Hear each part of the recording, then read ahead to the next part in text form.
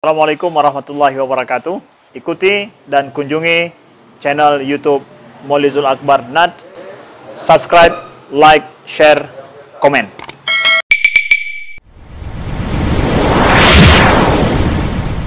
Assalamualaikum warahmatullahi wabarakatuh. Alhamdulillah rabbil alamin. Wa bi ni'matihi tatimmu as-salihat. Asyhadu an la ilaha illallah wahdahu la syarika lah. Wa asyhadu anna Muhammadan 'abduhu wa rasuluhul karim. Allahumma shalli wa sallim ala nabiyyina al-Mustafa Muhammadin wa ala alihi wa ashabihi ajma'in. Amma ba'd. Rabbi shrah li sadri wa yassir li amri wahlul 'uqdatam min lisani yafqahu qawli. Segala puji bagi Allah, kemudian salawat dan salam kepada Rasulullah, pada keluarga dan seluruh sahabat-sahabatnya. Jemaah salat subuh yang Allah muliakan insyaAllah. Di pertemuan kita sebelumnya, kita sudah membahas salah satu dosa besar adalah orang yang mampu atau orang yang dianggap kaya dan kemudian mereka meminta-minta. Dosa hukumnya haram, ya. Seorang yang berkecukupan lalu berprofesi sebagai peminta-minta tidak dibolehkan, kecuali dia terjerat hutang karena memperbaiki hubungan di antara dua kaum yang sedang bertikai. Jadi dia mengeluarkan harta banyak. Kemudian kalau betul-betul miskin atau fakir, dan itu dipersaksikan paling kurang oleh 3 orang yang menyatakan bahwa dia benar-benar fakir, tidak ada hartanya sama sekali, itu baru boleh kategori meminta. Dan yang ketiga, ketika ditimpa musibah yang menghabiskan harta. Selain daripada 3 perkara itu, tidak dibolehkan untuk meminta-minta. Berikutnya, dosa berikutnya yaitu al-ilhah fi su'al al-mu'zi lil mas'ul idza'an syadidan. Dosa berikutnya adalah melakukan ilhah atau memaksa atau merengek-rengek ketika meminta sesuatu dari seseorang sampai menyakiti orang yang diminta. Jadi ilhah ini seperti seseorang yang memaksa orang lain untuk memberi sesuatu kepadanya, bisa dengan bahasa merengek-rengek, menghibah-hibahkan diri, atau bisa dengan cara berulang-ulang, meminta berulang-ulang. Ketika seseorang diminta berulang-ulang, tidak dikasih, seakan-akan dianggap terlalu pelit. Ketika dikasih, sebenarnya dia tidak suka untuk memberi. Mungkin keadaannya yang mungkin sedang tidak mampu, sampai menyakiti perasaannya, yaitu menyakiti perasaan orang yang diminta. Nah, model seperti begini adalah salah satu perbuatan yang dilaknat oleh Rasulullah sallallahu alaihi wasallam. Dan ini telah menyakiti. Maka tidak dibenarkan memohon-mohon kepada orang yang permohonan itu memang tidak layak untuk kita lakukan, tapi kita lakukan. Kalau bahasa kita, sampai orang yang diminta hanya doa bergerak, tidak tahu bagaimana harus bersikap. kalau sudah didatangi berulang-ulang. Ini tipe ini biasa dimiliki oleh orang-orang tertentu dan bahkan kadang-kadang bisa menjadi bahagian daripada jembatan politik. Ya, memohon-mohon untuk diberikan jabatan, memohon-mohon agar diberikan proyek, memohon-mohon ya, sampai merengek-rengek agar diberikan hadiah sesuatu. Nah ini, apalagi sampai memohon tapi bawa parang. Kalau ini sudah jelas dosanya. Sampai mengancam-ngancam, nah, ini sudah jelas dosanya. Nah, jemaah mereka Allah, Rasulullah sallallahu alaihi wasallam menyebutkan tentang terlaknatnya dosa-dosa seperti ini. Perbuatan yang dibenci oleh Rasulullah. Dalam hadis riwayat Ibnu Majah dari Abu Hurairah radhiyallahu anhu qala Rasulullah sallallahu alaihi wasallam, inna Allah yubghidu as-sa'il al-mulhif, ayyul mulh. Kata Rasulullah, sesungguhnya Allah sangat benci, yubghidu, Allah benci sekali kepada siapa? As-sa'il al-mulhif. Allah benci kepada orang yang suka meminta-minta. Al-mulhif itu bermakna al-mulh, yaitu dengan keadaan memaksa. Allah benci kepada orang yang meminta-minta tapi dengan cara memaksa.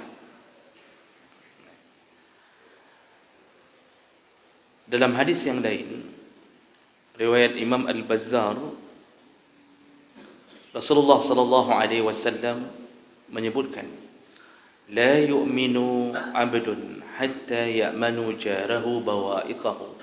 Rasulullah memulai hadisnya dengan mengatakan, tidak akan disebut beriman seseorang selama tetangganya tidak aman daripadanya.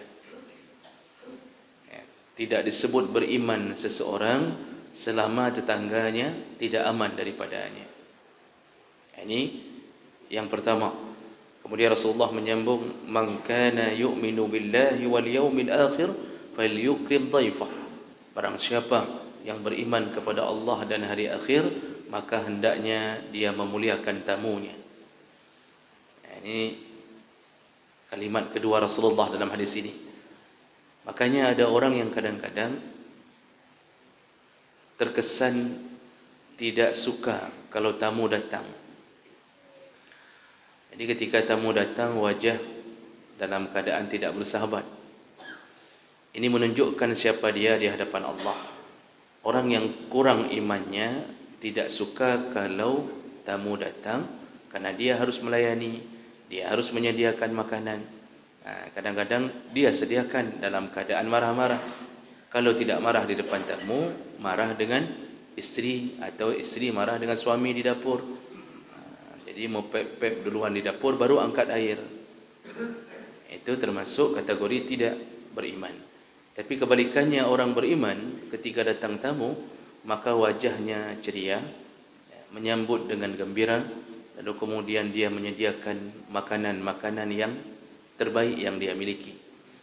Itu termasuk kategori orang beriman. Jadi iman itu tidak mesti hanya pada salat, zakat, puasa, haji. Kita tahu orang beriman pada akhlak. Pada akhlak.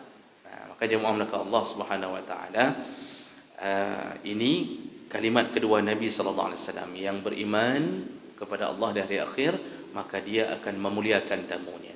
Cuma sedikit, tamu pun harus tahu diri. Jangan datang di waktu yang tidak baik untuk bertamu. Jangan datang setelah salat zuhur, karena di situ orang mau istirahat. Jangan datang setelah jam malam larut, di atas jam 10 sebaiknya jangan bertamu lagi. Tunda saja nanti waktu salat tahajud. Mohon maaf, waktu salat habis salat subuh datang kembali. Nah, jadi ini kategori iman. Lalu Rasulullah menyambung, wa man kana yu'minu billahi wal yawmil akhir falyaqul khairan aw liyaskut. Barang siapa yang beriman kepada Allah dan hari akhir, maka bicaralah yang baik-baik atau diam sajalah. Pilihannya dua, bicara yang baik-baik atau diam saja. Ini kategori orang beriman. Maka orang yang banyak pendiam itu ada dua kategori. Bisa jadi memang dilahirkan dalam keadaan diam, ya, artinya waktu bayi pun tidak menangis mungkin, bisa jadi pendiam. Yang kedua, mungkin orang-orang pendiam takut kalau banyak bicara maka jatuh ke dalam dosa, maka mereka lebih memilih diam. Tapi diam di atas kezaliman, ini syaitan. Diam di atas kezaliman, ini syaitan. Diamnya syaitan. Asyaitanu akhras. Banyak orang hari ini bicara banyak, tapi ketika kezaliman terjadi dia diam. Padahal dia punya hak untuk bicara, karena dia takut terganggu jabatannya, takut diangkat dari kemewahan yang dia terima selama ini. Ini diamnya syaitan. Nah, kemudian Rasulullah menyambung, innallaha tabaraka wa ta'ala yuhibbul ghani al-halim al-muta'affif. Di sini baru Rasulullah menyebutkan sesungguhnya Allah mencintai orang-orang yang kaya, al-halim, kaya tapi berwibawa, bijaksana, al-muta'affif, yang menjaga dirinya dari kehinaan. Mana kehinaan yang dimaksud? Dia tidak meminta-minta. Jadi Allah suka orang yang punya kepribadian yang bijaksana, kepribadian yang kira-kira tidak menghinakan diri. Karena salah satu bentuk kehinaan adalah meminta-minta. Allah suka orang yang menanam pohon lalu mengambil hasilnya, menjual ke pasar, dan dia hidup dengan hanya berharap dari Allah. Itu yang Allah suka. Makanya Nabi memberikan kapak ketika ada yang meminta-minta kepadanya untuk dia bekerja. Jemaah menakat Allah Subhanahu wa taala, ini bukan bermakna ghani, iaitu orang kaya raya, tidak. Ghani itu orang yang tidak membutuhkan orang lain. Tidak mesti kaya raya. Kita bisa hidup saja sebulan, walaupun pas-pasan, tapi kita tidak tahan tangan untuk berharap-harap dari orang. Itu sudah orang yang Allah cintai. Allah cintai. Makanya Rasulullah sampai menyebutkan Nabi Allah Daud alaihissalam itu memakan dari harta hasil tangannya sendiri. Keahlian Nabi Daud, Allah izinkan besi dilunakkan di tangannya. Maka Allah kemudian ajarkan Nabi Allah Daud untuk membuat baju perang dari besi. Dan kadang-kadang beliau membuat senjata-senjata, dan beliau makan dari hasil itu. Abu Bakar tidak kaya, tetapi tidak pernah meminta-minta. Abu Bakar berdagang, Umar berdagang. Ali bin Abi Thalib itu dikenal karena miskinnya, sangat miskin. Maka sampai kurban pun Ali hanya menyembelih kurban Rasulullah sallallahu alaihi wasallam. Sampai akikah pun yang mengakikahkan anak Ali adalah Rasulullah. Jadi kakek Hasan Husin yang mengakikahkan. Kenapa kakek yang memegang peranan? Karena Ali tidak mampu, betul-betul tidak mampu. Tapi tidak pernah ada catatan dalam sejarah Ali pernah meminta-minta, menghinakan diri dengan meminta-minta. Tidak pernah. Nah, jadi Allah suka orang yang seperti ini. Allah suka orang yang punya prinsip. Ini kadang-kadang ada yang meminta-minta sampai maksa-maksa. Sudah diberi becak, tetap meminta-minta. Padahal becak sudah diberi. Kita ajukan namanya, proposal datang, lalu dia dapat bantuan, tapi tetap dia berdiri untuk meminta-minta. Ini orang-orang yang terhina di hadapan Allah. Lalu Rasulullah menyambung di ujung hadis, wa yubghidul bazi' al-fajir as-sa'il al-mulih. Allah benci kepada orang yang suka mencaci maki, dan juga sekaligus Allah benci al-fajir, orang yang durhaka kepada Allah, dan as-sa'il al-mulih, iaitu Allah benci kepada orang yang meminta-minta dalam keadaan mulia, iaitu setengah memaksa. Jadi ini hadis ini sekaligus menguatkan tentang buruknya pekerjaan meminta-minta dalam keadaan merengek-rengek. Sampai pegang-pegang ujung baju, ditahan kita keluar dari masjid, ditahan, lalu kemudian mulai mengadukan nasibnya, lalu mulai mengeluarkan air mata, mengatakan bahawa istrinya sakit, ayah ibunya sakit, mohon bantuan, padahal dia yang sakit. Sakit kepalanya, sakit otaknya, hatinya bermasalah. Jadi jemaah melakukan Allah Subhanahu Wa Taala, Rasulullah sallallahu alaihi wasallam pernah mengatakan melalui hadis Abu Sa'id Al-Khudri, saking bahayanya pekerjaan ini, kata Rasulullah, innar rajula ya'tini, ada seseorang mendatangiku, fayas'alani fa'atihi, dia meminta kepada aku sesuatu, maka aku kemudian fa'utihi, aku memberikannya, fayantaliq wa ma yahmilu fi hadanihi ila an-nar, dan ketika aku memberi dia langsung berpaling pergi. Lalu Rasulullah mengatakan, sesungguhnya ketika dia pergi dan pulang, dia tidak membawa sesuatu kecuali neraka Allah. Jadi maksudnya apa? Orang yang suka meminta diberi oleh Rasulullah karena tidak enak lagi. Artinya Rasulullah tidak mau dianggap orang pelit. Karena jangan sampai seorang Nabi dianggap pelit. Padahal Rasulullah tidak rida perbuatan itu, tapi diberi. Tapi Rasulullah kemudian mengucapkan dia pulang sambil membawa api neraka. Ini kebencian Rasulullah terhadap orang yang meminta. Kemudian dalam hadis yang lain,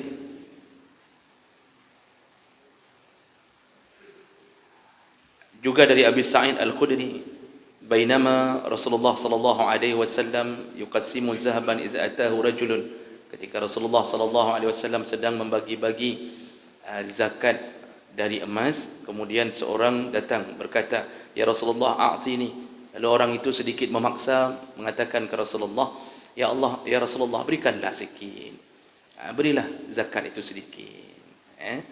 Jadi dia mengulang-ulangnya. Summa qal zidni, setelah dibeli oleh Rasulullah, dia mengatakan lagi, tambahilah ya Rasulullah, nejuk bacuda. Kan begitu, ada orang yang model begitu, hai bacuda, hai membacut lebih, begitu-begitu, mulai maksa-maksa dengan bahasa itu. Fazadahu salasa marrat, Rasulullah sampai memberikannya 3 kali. Karena dia terus meminta-minta, Rasulullah memberikannya 3 kali.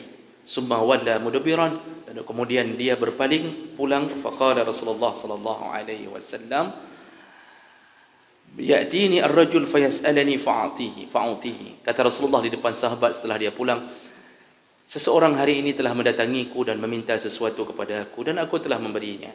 Summa yas'aluni fa'utihi, lalu kemudian dia kembali minta kepada aku, lalu aku kembali memberikannya. Salasa marrat, dia datang 3 kali, dia minta 3 kali. Summa walla mudbiran, lalu kemudian dia pulang. Wa qad ja'ala Allah fi thawbihi naran idza inqalaba ila ahli. Ketahuilah wahai sahabat, ketika dia pulang, Allah telah menggantungkan api di bajunya sampai dia kembali ke keluarganya. Artinya buruknya pekerjaan orang seperti itu. Ini yang model-model beginilah yang dibenci oleh Allah dan Rasulullah sallallahu alaihi wasallam. Kadang-kadang Rasulullah memberi bukan rida, tapi memberi kerana tidak ingin dianggap bakhil oleh umatnya. Walaupun dia tidak suka, maka ini yang diperangi oleh Rasulullah melalui nasihat-nasihatnya.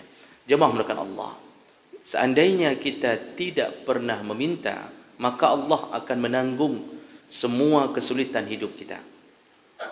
Tapi kalau kita sudah mulai memohon-mohon kepada sesama manusia dengan tanpa alasan, di saat itu Allah melepaskan tanggungannya di atas orang terhina ini. Makanya orang yang jualan plastik, dia jualan plastik, orang miskin misalnya, berdiri di pasar Impres, dia tidak meminta, tapi dia menjual plastik apa namanya? Plastik kresek, kresek, ya, plastik kresek, ya. Bahasa Acehnya krekro.